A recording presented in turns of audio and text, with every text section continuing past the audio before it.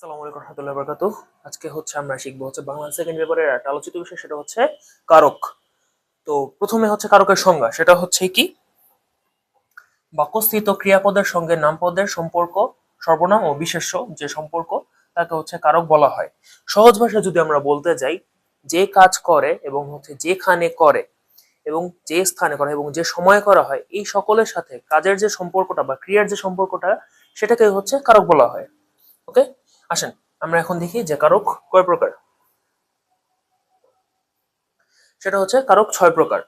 এক কর্তৃকারক, 2 কর্মকারক, 3 করণ কারক, 4 অপাদান, 5 সম্প্রদান কারক এবং 6 অধিকরণ কারক। এখন আমরা শিখবো যে কারকের প্রকারভেদ তো জানলাম, এখন সহজে চেনার উপায়গুলো কি কি। কর্তৃকারক যদি জানতে চাই সেটা কিভাবে, কে বা কাকে কারা দ্বারা, কে বা কারা দ্বারা যদি প্রশ্ন করা হয় এবং বাক্য যদি উত্তর দেয়, সেটা কর্তৃকারক। আমি ঢাকা যাই, এই জায়গায় আমিটা কর্তৃকারক। কে ঢাকা যায়? আমি ঢাকা যাই। কারা ঢাকা যায়? আমরা ঢাকা যাই। এ জায়গায় উত্তরটা দিছে যে আমি, যার জন্য এটা আমিটা কর্তৃকারক। সেকেন্ড যেটা, সেটা কর্মকারক। কর্মকারকে কি বা কাকে দ্বারা প্রশ্ন করতে হয়, কি বা কাকে দ্বারা যদি প্রশ্ন করার পর বাক্য উত্তর দেয়, সেটা কর্মকারক। এই জায়গায় ডাক্তার, ডাক্তার ডাকো, কাকে ডাকো? ডাক্তার ডাকো, এটা কর্মকারক। থার্ড, সেটা করণ কারক। যন্ত্র সহায়ক উপায়, 3টা মাধ্যমে। ছেলেরা ফুটবল খেলছে, ছেলেরা কি খেলছে? ফুটবল খেলছে। এই জায়গায় ফুটবলটা কি সহায়ক, একটা মাধ্যমে তারা খেলছে, বা যন্ত্রতে খেলছে, বা একটা সহায়কের মাধ্যমে তারা খেলতেছে। এই জায়গায় বাক্য অ্যান্সার দিতেছে, যার কারণে এটা কি? করণ কারক। তারপর সম্প্রদান কারক। কোনো কিছু শতত্যাগ করে দিয়ে দেওয়া, একবারে প্রদান করে দেওয়া, কোনো ভাবে এটার ফিডব্যাক আশা না করা বা বিনিময় আশা না করা, সেটাই সম্প্রদান কারক।